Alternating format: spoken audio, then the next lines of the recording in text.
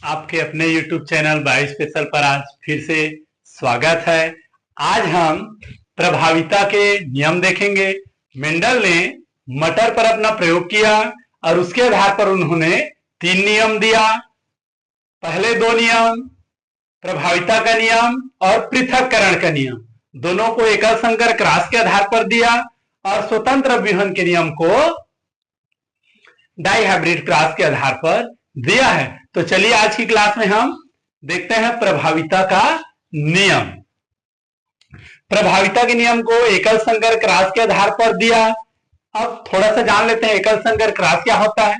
जब एक लक्षण को लेके क्रॉस कराया जाता है तो उससे ही बोला जाता है एकल संकर क्रॉस। यहाँ पर एक लक्षण लिया गया है पौधे की लंबाई, जिनके 2 विपर्यायी होंगे, एक लंबा पौधा एक बौना पौधा, और एक लक्षण अर्थात कोई भी एक लक्षण है तो उनको बनाने के लिए 2 एलील की आवश्यकता होती है। यहां पर देख सकते हैं 2 एलील समयुग्मजी प्रभावी एलील कैपिटल टी, विषम युग्मजी प्रभावी allele capital T small T, और समयुग्मजी अप्रभावी एलील स्मॉल टी। प्रभावी एलील अपने इन 2 स्थितियों में, समयुग्मजी प्रभावी और विषम युग्मजी प्रभावी, इन दोनों स्थितियों में अपना लक्षण दिखाता है, लेकिन अप्रभावी एलील अपना लक्षण तभी दिखाएगा जब वो समयुग्मजी स्थिति में रहता है। ठीक है, तो चलिए देखते हैं।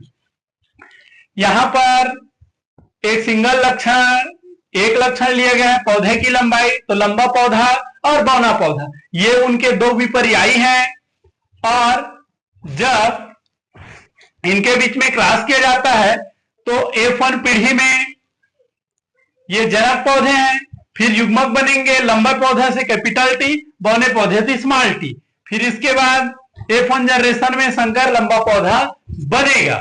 ठीक है, F1 पीढ़ी में प्रभावी का लक्षण ही दिखाई देता है, अप्रभावी का लक्षण दिखाई नहीं देता।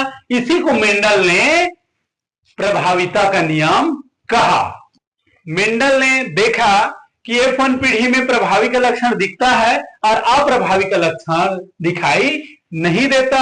इसी आधार पर मेंडल ने पहला नियम दिया कि प्रभावी का ही लक्षण F1 पीढ़ी में दिखाई देगा और अप्रभावी का लक्षण F1 पीढ़ी में दिखाई नहीं देगा।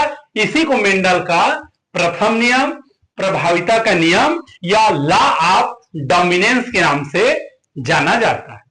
बायो की ऐसे स्पेशल जानकारी के लिए बने रहिए हमारे चैनल पर। आज के लिए बस इतना ही, मिलते हैं हमारे अगले क्लास में, तब तक के लिए धन्यवाद।